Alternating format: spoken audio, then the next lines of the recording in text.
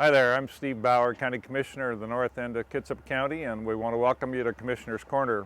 With me today is John Rose from Pope and Talbot, and we're going to talk to you about potentially the largest economic development and the largest conservation initiative that has really occurred in the history of the county. It's going to be a really unique partnership between Pope and Talbot and the county, and it really has enormous benefits to the county and everybody living here, really for permanent future of the county. So what we want to do is give you a little background on the area that we're talking about, and then a little background in terms of the proposal that we're working on developing over the next several months, and then how you can be involved in this as well. So John, welcome. We know that Pope and Talbot has been here in the county and on this site in Port Gamble. That's where we are today.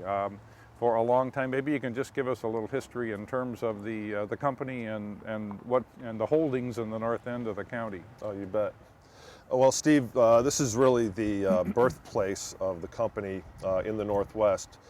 Pope and Talbot were originally in the lumber business back in East Machias, Maine.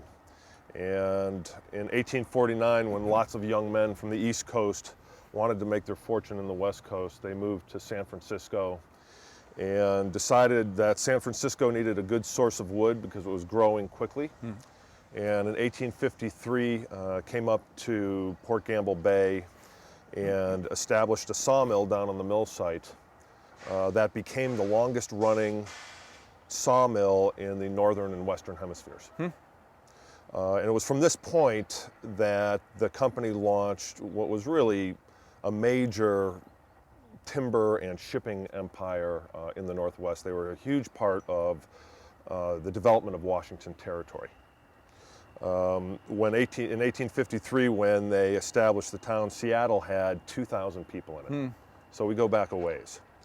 And today, Port Gamble is the only company-owned town left in Puget Sound.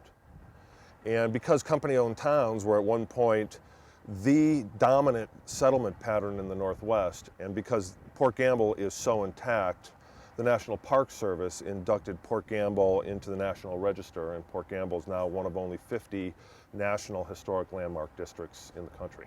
Wow. And today, the town consists of 120 acres. We do it all. We own and manage 40 homes. We own the store, we own the church and all the buildings, we run the sewers, the water, we paint the houses, and it literally is a private company-owned town. And when Pope and Talbot first came here, the S'Klallam tribe was actually living on this site, right? And then there was an arrangement. They had a village down on the mill site, and an arrangement was made with the Port Gamble S'Klallam tribe that they would allow Pope and Talbot to inhabit this side of the bay, and in exchange they would move to the other side of the bay, and the company promised them to build a number of homes with wood from the new sawmill. So what we've got is the Port Gamble here, the mill site down below us, and right across the bay you can actually see it as part of the tribal lands where the S'Klallams live today. And the other thing is, in the days when this was really vibrant, you would have seen, what, lots of sailing ships and lots of other ships that would have brought. In its heyday, Port Gamble was a lot busier than you see it today. There was a hotel and a hotel annex. This was a center of commerce in the Northwest, and there was steel ships, there were tall-masted ships, there was lots of travel to and from the Port Gamble S'Klallam tribe. Many of them worked here for 150 years at the mill site, and the place was bustling. And by comparison today, almost all the buildings have been taken away. We've got about 50 buildings left, but it was really bustling. So when people drive by today and they see the big open spaces and things, in the old days there would have been a lot of buildings, a lot of houses, a lot more activity here. Pretty interesting story is, if you follow the maps and the aerial photos, if you look around the 1920s, you'll see every year, every photograph after that, buildings beginning to disappear. And that was the same year that the service station was built. And really, it's the service station, which is still there, is really a symbol of the decline of small towns across the country, because people could begin to commute. We didn't have to build walkable communities anymore. And so after people were able to commute to work, they chose to live outside of town on their own lands. And so the need for housing in the town just gradually diminished. Okay.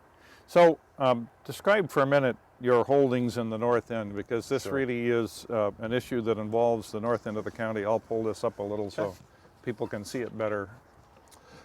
Steve, the company used to own much more land than it does today in Kitsap County. We have sold probably 100,000 acres in 100 years from our original holdings. And today, in North Kitsap, the last vestiges of our ownership are 8,000 acres. And so we, of course, own the town here. And then all along the west side of Gamble Bay, we own about 3 miles of shoreline. And attaching to that is 4,000 acres of commercial timberland. As we go over towards the Kingston area, the company owns approximately 2,000 acres. That includes the Heritage Park option property, a project called Arborwood, which is inside the Kingston UGA. And then as we trend back north, we own about 2,000 acres that's a mile or so south of downtown Hansville. So in total, that's an 8,000 acre holding. And you know what I think is really significant about this, and part of the reason this is really important, is when you take the entire north end of the county and you take these parcels beginning with Arborwood, and then we have the North Kitsap Heritage Park and a piece here which is called the option property. We're trying to buy an additional 300 acres or so from a Pope, and then a section here.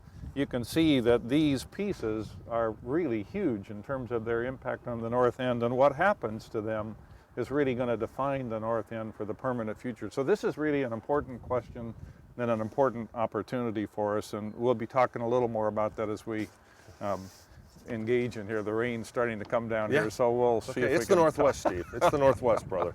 There are a couple other things about Port Gamble I just want to mention. One is, I don't know about you, but every time I drive through it over the last several years since the mill closed, the question that I've had is, what's going to happen? Because it's really important. It's a unique kind of place. I think the company has done a tremendous job of really improving it and keeping it, beautiful and attractive and making it available for events. But, the question is, what is going to happen to this historic location? The other thing is that behind the store here is a great historic museum, and if you haven't been here, I really recommend that you do that. So, John, what's the status right now with regard to the company and what's involved in maintaining Port Gamble and the other holdings that we've talked about on the north end? Steve, as we talked about in the past, if you look around those big blocks of ownership, you'll see the land has been broken up into a grid of 2-acre, 5-acre, 20-acre parcels over the course of the 150 years of Kitsap County history. And those parcels, which have been traditionally used for commercial forest land, are now surrounded by 63,000 people. And the effect of those people, having the people live around your tree farm, is really two things. First of all, for us to continue commercial forestry, the way it's practiced by companies like ours, becomes very, very difficult to do when you're surrounded by neighbors. The sensitivity over a commercial clear cut, no matter how well you do it, our management techniques that we need to do to keep the land productive, such as aerial spraying and herbicides and the spraying of fertilizers, is something that's very, very difficult to neighbors, number one, to understand, and number two, to feel comfortable about. So that's the first impact of having a tree farm surrounded by 60,000 people. The second impact is the land around our property has now become so urbanized. That urbanization has actually increased the value of that land well beyond what justifies continued tree farming as a commercial enterprise here. So as a publicly traded company, we always have to work in the interests of our shareholders. That means if we're not really utilizing that asset for its real business purpose and real value, we've got to either do something with it. And the question is, what are our options on doing something with the 8,000 acres? Because just keeping it as a tree farm is really not an option we're going to be able to practice. And I want to underscore the issue of the commercial forestry, because you've recently done a couple of clear cuts in my neck of the woods up in Hansville, and I can tell you that people are not happy. People are not happy. They get real excited about the clear cuts going on. You're about to try some aerial spraying in one of these areas that you just logged last year, and the people are really concerned about what it is that's going to be sprayed, the impact on them and their pets and the environment. And so I think, in a very practical sense, this is an area where that kind of traditional forestry techniques just doesn't work very well with folks. Now, what about operation of the Port Gamble village here? What's the impact of that on the company? Well, Port Gamble's a wonderful place for people to visit, but it's a very challenging thing to own. The entire purpose of this town, the church, the miles of picket fence, the homes, the entire purpose for all those structures was to be in service of the sawmill, and the sawmill being the primary business enterprise. When the sawmill shut down in 1995, the economic purpose of owning a town disappeared. You've run municipalities, you've worked on their books. Owning a town is not a business proposition, okay? And so since the mill shut down, the company has subsidized the operation of the town anywhere on the order of $150,000 to $250,000 a year. So just to keep the doors open, keep it looking beautiful, and so it doesn't degrade, we have to subsidize that every year, and it's very painful. Yeah. It's very painful to explain in a publicly traded company. Okay, so what are the options in terms of what are you thinking about in the company? What would you like to do on the Port Gamble site in the future here? Well, anybody who is visionary, anybody who's run a business in the past, cannot drive through Port Gamble and not start generating some dreams. And it's probably, the last really, really interesting piece of commercial real estate that's underdeveloped in Kitsap County. And it needs to be brought back to life, and it needs to be made economically viable and healthy. So what we are talking about is adding density back to Port Gamble. Nearly all the fields that we see and we throw frisbees in here were covered by mill worker housing at some point in the past.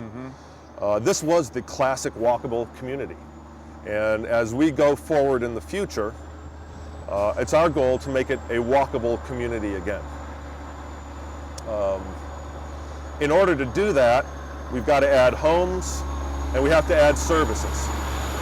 And so you will see in the future many New England style homes refilling and taking their place back in town. You will see down on the mill site, I hope, a hotel and conference facility. You'll see residential density on the mill site as well. And then you're going to see additional retail services so that the town can turn to itself to serve many of its daily needs. And with regard to the north end and the other land, what are your options there? Well, the lands outside of Port Gamble and outside of that Arborwood development, which is in Kingston, most all of the land is zoned for 20-acre lots. And that zoning really by itself has serious limitations in terms of being able to do something creative development-wise with it. So we have a couple options. One is just to move the asset on. We could break this up into large chunks of 1,000 acres. We could auction them off, or we could auction it off as a whole, harvest that value, and just move on.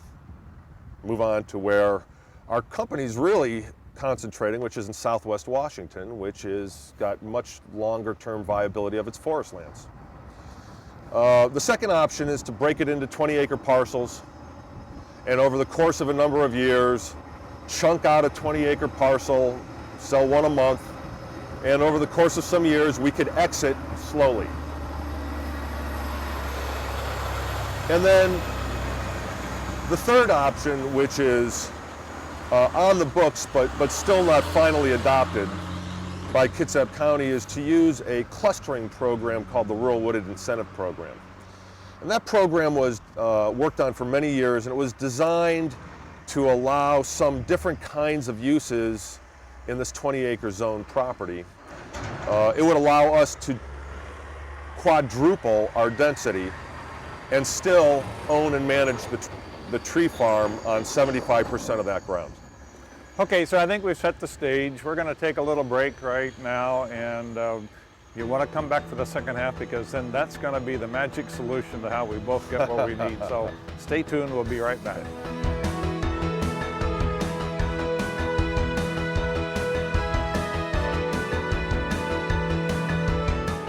Okay, welcome back. I think so. You've heard the options, and I think what's really important when you talk about the importance of something like this is you've got to really be realistic about what the options are. So let's talk about what the public values are. I think from a lot of feedback that we get from citizens in this county, and it's the entire 3 commissioners, it's not just me, people really value living in a rural environment. Even if they're in a subdivision, they value living in a rural county. And as we add another 100,000 people to this county, they're going to be living mostly in the cities, and we need a good quality urban environment for them there, but we also need a quality rural environment that they can come out and have the same kind of lifestyle that we do today. So rural environment's really important. People are really concerned about preserving the wildlife in the county. Forests are really important. We just talked about the opposition that people have to clear cutting in this area, and I think we've learned more about the environmental impact and importance of forest, anything from global climate warming to the water cycle of replenishing aquifers that we rely on for drinking water.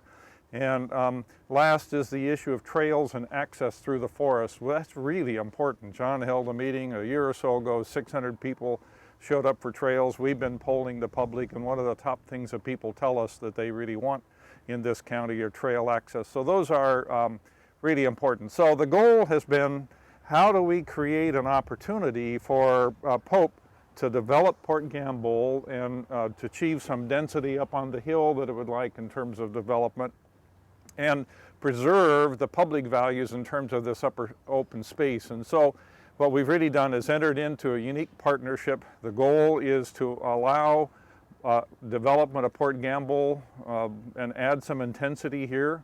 But the return is that the goal is, what we've said, is to try and create 7,000 acres of publicly owned open space in perpetuity. So we achieve those public values. And that's really the opportunity we've got here. Pope has got its own economic interests. The public and the county have the public interest, but we've got some issues in common here about the things that we'd like to do, and we're working in partnership as opposed to being opponents in this whole thing, and that gives us the opportunity to do something that frankly we just couldn't ever achieve otherwise. So not only are we talking about, as you see the pictures later and you see this, but saving these areas, this area, and the bulk of this area for the public.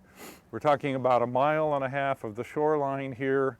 This bay is terribly important in terms of preserving that, and we get an opportunity to really do it. So the question, John, is how do we achieve something like that? 7,000 acres in public ownership. That's a laudable and challenging goal. And it is not going to happen by using old thinking. Nothing like this has been tried in this county before, but it has been tried in other places. And with some success. So we're going to have to use a variety of mechanisms to get the land transferred from our ownership into your ownership, and a variety of mechanisms to provide funding of sort. We've talked about the idea of adding density that we don't have right now to enjoy as landowners, and that could be something that is a value we share.